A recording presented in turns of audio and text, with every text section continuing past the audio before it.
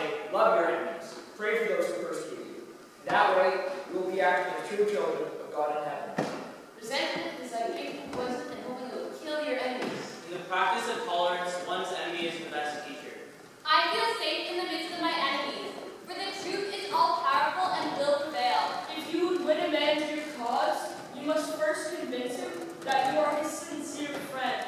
It is amazing how powerful it can be when a one-time enemy becomes a friend.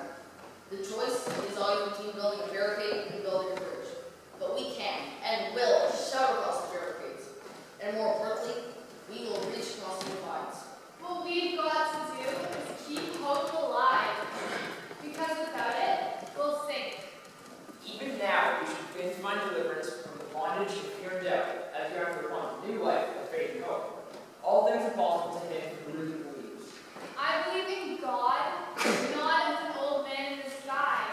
I believe that what people call God is something in all of us.